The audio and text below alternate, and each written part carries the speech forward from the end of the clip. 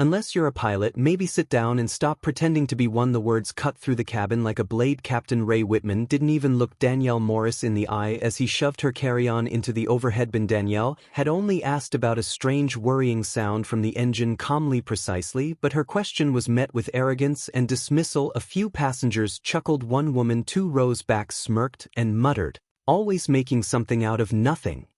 Danielle sat down slowly, brushing her blazer, her face unreadable but her eyes focused, unshaken. She glanced out the window toward the engine and then down to her notes. She wasn't here just to fly, and she hadn't stopped being a federal inspector simply because she wasn't in uniform, but for now she stayed silent, observing. What the captain didn't know was she was already writing his report. The flight took off smoothly, but Danielle could feel the shift in air, both in altitude and in attitude. As beverage service rolled by, she noticed the same passenger who had mocked her now whispering to the person next to him, throwing glances her way. The flight attendant Naomi Lynn offered her water with a small apologetic smile. "You okay?" she whispered. Danielle nodded politely but said nothing. The worrying sound had disappeared, but now something else felt off. Captain Whitman's voice crackled over the intercom. His tone was smug, laced with passive aggression. "We'll try to keep the turbulence light, folks, unless someone back there wants to run the flight themselves." A few snickers followed. Danielle took a deep breath, fingers resting lightly on the flap of her briefcase. Inside was something far more powerful than anger, her credentials, but this wasn't the time. Not yet. She watched, she waited, because sometimes the most powerful statement is silence. 30 minutes into the flight, turbulence hit harder than expected. The seatbelt sign dinged and trays rattled, but what made Danielle sit upright wasn't the shaking, it was the announcement. Captain Whitman had just authorized the crew to begin walking the aisles again despite being at unsafe altitude and wind conditions. Danielle's brow furrowed. That was a clear protocol violation. She waited until Naomi passed by again and calmly asked, "Could I speak with the captain when he's free?" Naomi hesitated, eyes narrowing. "May I ask why?"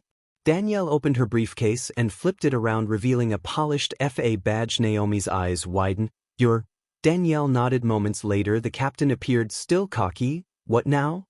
he scoffed. Danielle stood calm and composed and held up her badge. "Federal Aviation Inspector Morris, we need to talk about your decisions today." And in that instant the entire cabin fell silent. Captain Whitman froze mid-step, the color drained from his face as whispers spread like wildfire through the cabin. The woman he mocked, the one he called paranoid, was now standing tall, badge in hand, voice unwavering. Naomi Lynn instinctively stepped back, realizing the weight of the moment. Passengers craned their necks, phones half raised, unsure if they were witnessing a confrontation or a reckoning. Danielle didn't raise her voice. "She didn't need to. Your disregard for safety protocol during turbulence will be noted in full detail," she said, pen now in hand, calm as ever. Whitman tried to recover, stammering something about pilot discretion, but it was too late. The authority had shifted. Danielle's quiet presence now dominated the space where arrogance had once ruled. As she returned to her seat, Naomi offered her a respectful nod, and for the first time no one dared look away. As the plane touched down at Reagan National Airport, the mood had shifted entirely. The same passengers who had laughed earlier now avoided Danielle's gaze. Some looked guilty, others ashamed. Captain Whitman exited the cockpit without a word, his swagger gone. Danielle rose slowly, adjusted her blazer, and retrieved her briefcase. As she walked down the aisle, Naomi Lynn stepped aside and softly said, "Thank you for how you handled it."